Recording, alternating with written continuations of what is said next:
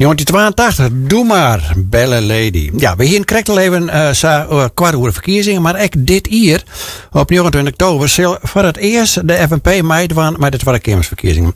Nou ben ik even, Bert Constra zit hier nog steeds veel, door die listen scrolt, want ja, Bert zit natuurlijk wel namens het FNP mag ik zeggen, FNP in de gemeenteraad van Noord-Friesland.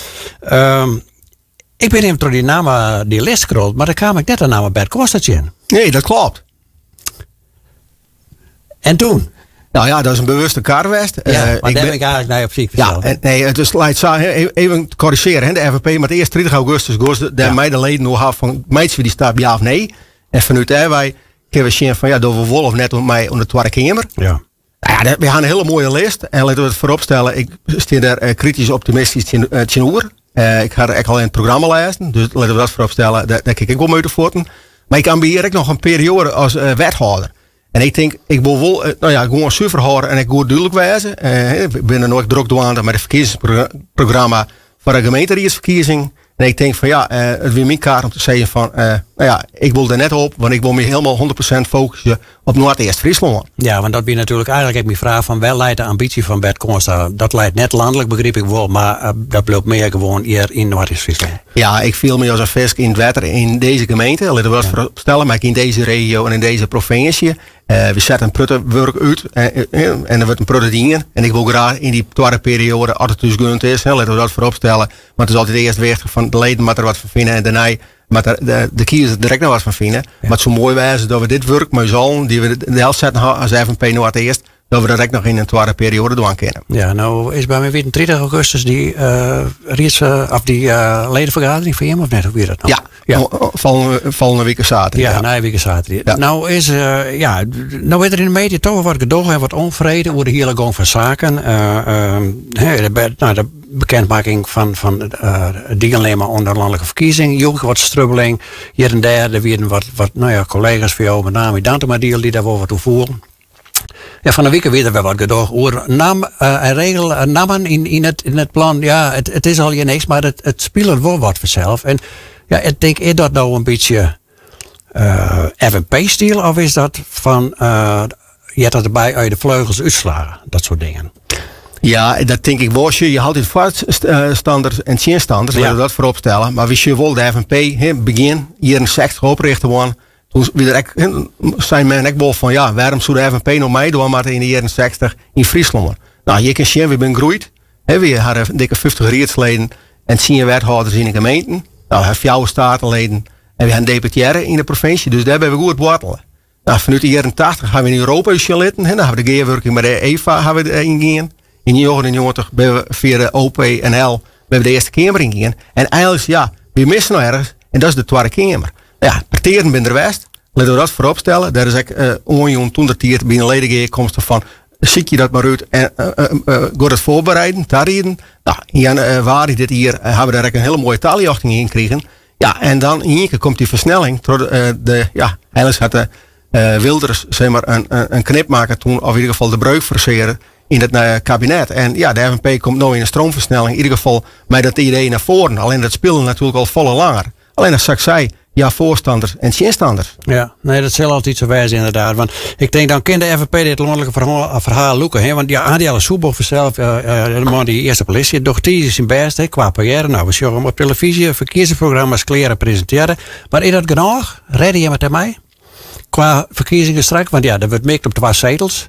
Ken dat landelijke verhaal Lutsen worden door de FNP, wat die hem eigenlijk willen in, nou ja, wat al hier in het programma staat van je? Nou ja, shit is heel wichtig van het programma wat eerst vastgesteld worden. Ik hou betrouwen in Adielle Soeboer, maar ook de meesten die op die lijst zitten, laten we dat voorop stellen. Alleen het is wel zo van, het begint nog pas. Hè? Dus aan de ene kant weer het lanceren, 30 augustus, maar in ieder geval de partij komen. Maar daarna gaat alles pas los. Dus dan, wat je nou ziet, dat komt vooral van links en rechts aan. Nou ja, je ziet wat oude burgemeesters, die vinden hier en daar wat van, die scroden er wat van, dat mij.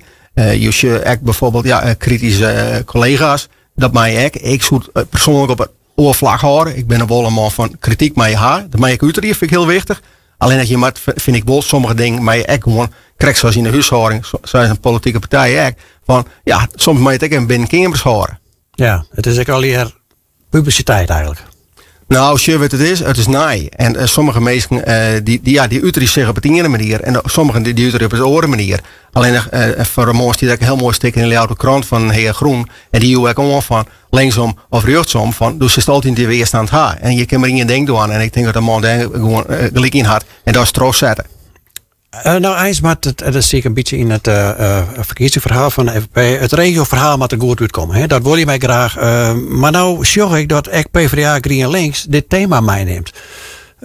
Pakt hij dat nou op en is dat dan, wordt het dan steviger deelzet of had het dan meer body dan wanneer de FVP dat doet? Een beetje dat. Want een aantal jaar natuurlijk hebben we dat gewoon met de laatste verkiezingen, het regioverhaal. Nou, ik heb er net zo volle versioen bij dit kabinet, als het vorm kregen. Nee, dat werkt heel kwaadaardig, zo kun je het als ik begin. Ja. Want je wil zorgen van, en ik denk dat de GroenLinks PvdA dat ik zorgen, en de sociale partijen ook wel, de stem vanuit de regio, die kun je zeg maar onder een kamerlid horen. Alleen je zit altijd met een bepaald collectief, waar je soms dan in stemmen maakt. En ja, de FNP die wil zich profileren van de regio die komt voorop, zonder discussie. En dus daar hebben we oorzien en ik verskaat in. En als het was zitten haast. En zie dat er bijvoorbeeld ook met de SGP, die zich zeg maar, en dan wil ik net vergelijken SGP en FNP met hetzelfde politiek spectrum.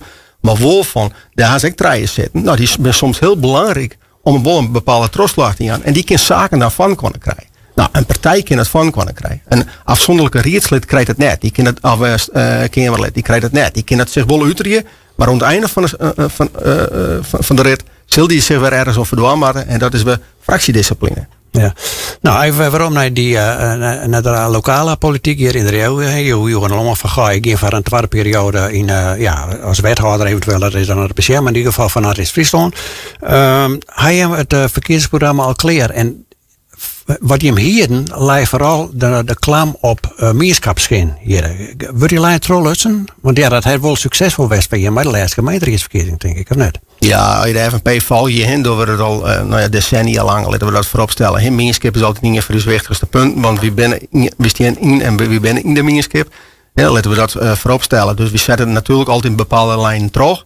En wij werken met ons binnen, waar wij vooral arbeid. Oftewel van, we zitten met de wentenbouw, maar we hebben nog wel een uitdaging op landbouw. Nou, daar hebben we net alle voorgien in de gemeente, laten we dat voorop stellen. Maar we hebben wel een hele betoefde raadslid die wel boer is. Ja. Nou, die helpt dus direct bij mij van hoe kunnen we daar het belangrijkste van die agrarische sector, maar ook voor ons meerschap en dus omjouwing, hoe kunnen we dat wel goed inzetten? Nou, en samen willen we dat wel uitzetten. Maar dat leidt ook in concept, laten we dat voorop stellen. We zijn er al ook met douane, maar eerst is dat natuurlijk maar het richting uw leden. En vanuit daar wij kunnen we het aanstaan van november, december wel uitreden. En dus daar wil ik nog net op voorsorteren. Maar de meerschap komt er zeker in weer om.